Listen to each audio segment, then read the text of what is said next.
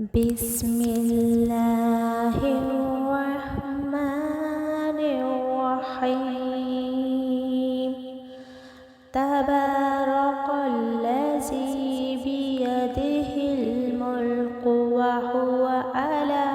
كل شيء قدير الذي خلق الموت والحياة ليبلوكم أيكم أحسن عملا وهو العزيز الغفور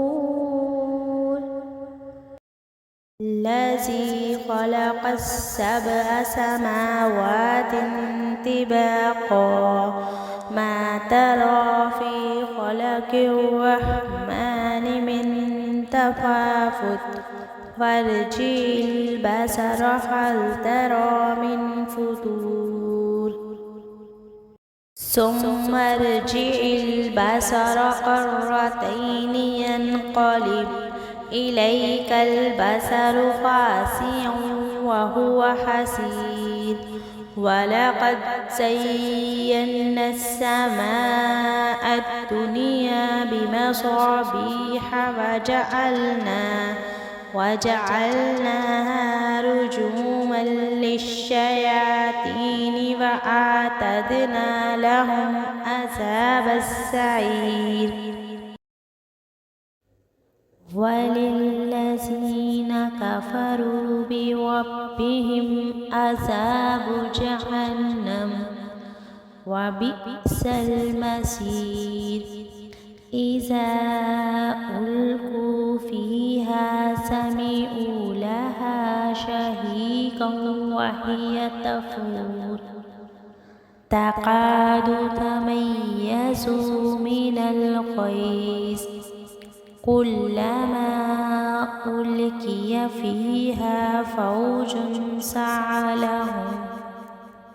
خزنتها ألم يأتكم نذير قالوا بلى قد جاءنا نذير فكذبنا وقلنا ما نزل الله من شيء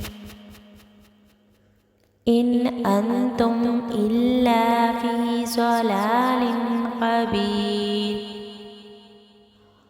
وقالوا لو كنا نسمع أو نعقل ما كنا في أصحاب السعير فاعترفوا بذنبهم فسوقا لأصحاب السعير إن الذين يخشون ربهم بالغيب لهم مغفرة وأجر كبير وأسروا قولكم أو اجهروا به إنه عليم بذات الصدور ألا يعلم من خلق وهو اللطيف الخبير هو الذي جعل لكم الأرض ذلولا فامشوا في مناكبها وكلوا من رزقه وإليه النشور أم أمنتم من في السماء أن يخسف بكم الأرض فإذا هي تمور أم أمنتم من في السماء أن يرسل عليكم حاسبا فستعلمون كيف نذير ولقد كذب الذين من قبلهم فكيف كان نكير أولم يروا إلى الطير فوقهم صافات ويقبضن ما يمسكهن إلا الرحمن إنه بكل شيء بصير أمن هذا الذي هو جند لكم ينصركم من دون الرحمن إن الكافرون إلا في غرور أمن هذا الذي يرزقكم إن أمسك رزقه بل لجوا في عتو ونفور أفمن يمشي مكبا على وجهه أهدى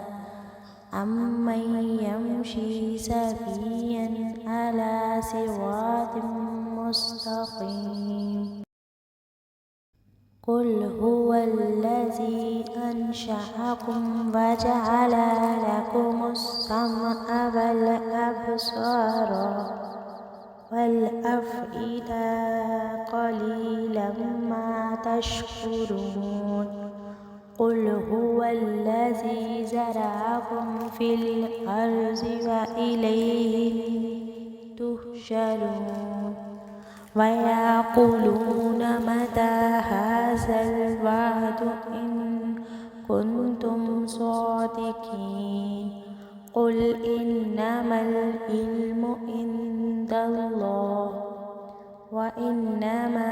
أنا نذير مبين فلما رأوه زلفة سيئت وجوه الذين كفروا وقيل هذا الذي كنتم به تدعون قل أرأيتم إن أهلكني الله ومن معي أو رحمنا فمن يجير الكافرين من عذاب أليم قل هو الرحمن آمنا به وعليه توكلنا فستعلمون من هو في ضلال مبين قل أرأيتم إن أصبح ماؤكم غورا فمن يأتيكم